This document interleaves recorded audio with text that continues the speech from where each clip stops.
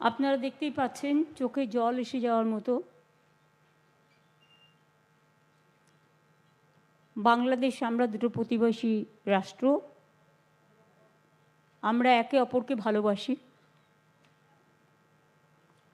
কিন্তু পরিস্থিতির শিকার হয়েছেন আমাদের মৎস্যজীবীরা।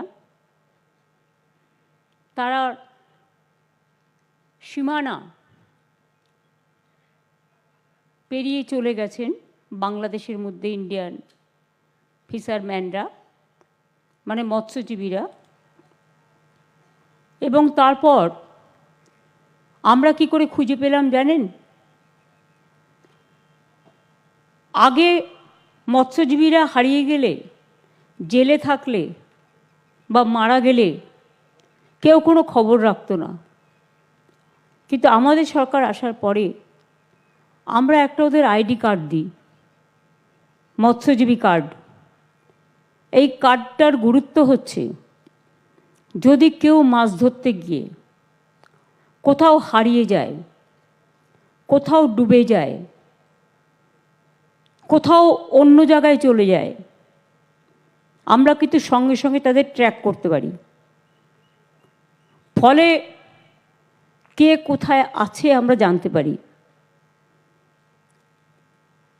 এর জন্যই আমরা জানতে পারি যে প্রথম দিকেই আমরা প্রশাসনের মধ্য দিয়ে, পুলিশের মাধ্যমে এবং মন্টু পাখিরা, বাপি, এরা সকলে মিলেই আমাদের জানিয়েছিল যে এরা সকলে বাংলাদেশের সীমানায় চলে গেছে, নিখোঁজ আছে। আমরা তখন খবর করতে শুরু করি। তখন আমরা দেখতে পাই ওদের ডিটেন করে রাখা হয়েছে পুলিশ স্টেশনে। আমরা সঙ্গে সঙ্গে যোগাযোগ করি আমাদের প্রশাসন।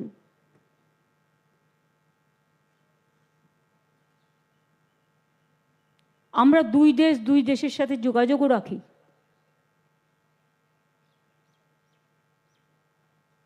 এবং তারপর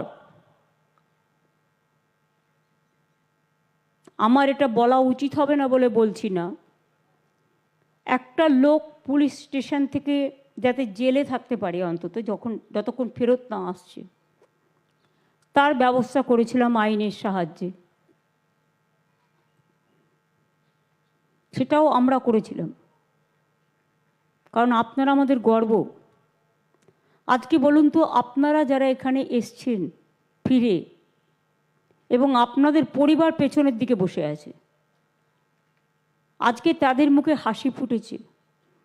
যতক্ষণ আপনারা ফিরে না আসছিলেন, আপনাদের মুখগুলো ওরা দেখতে না পাচ্ছিল, ততক্ষণ ওরা একটা গভীর চিন্তায় মগ্ন ছিল।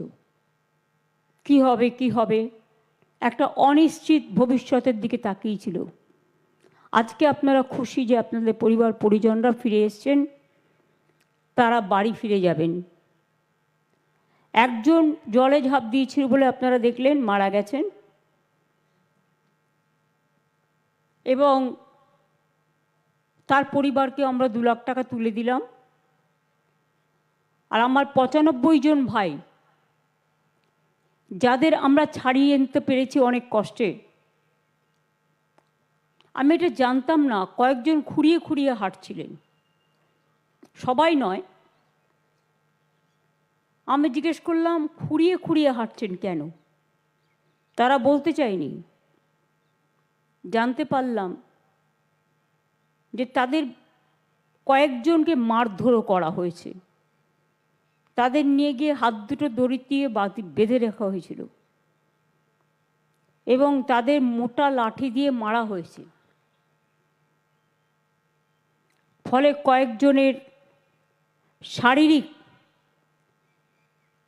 যে কোমর থেকে পা পর্যন্ত চোট, জামা কাপড় পরে আছে বলে বোঝা যাচ্ছে না। তারা কাঁদছিল বলে জিজ্ঞেস করছিলাম, বুঝতে পেরেছিলাম।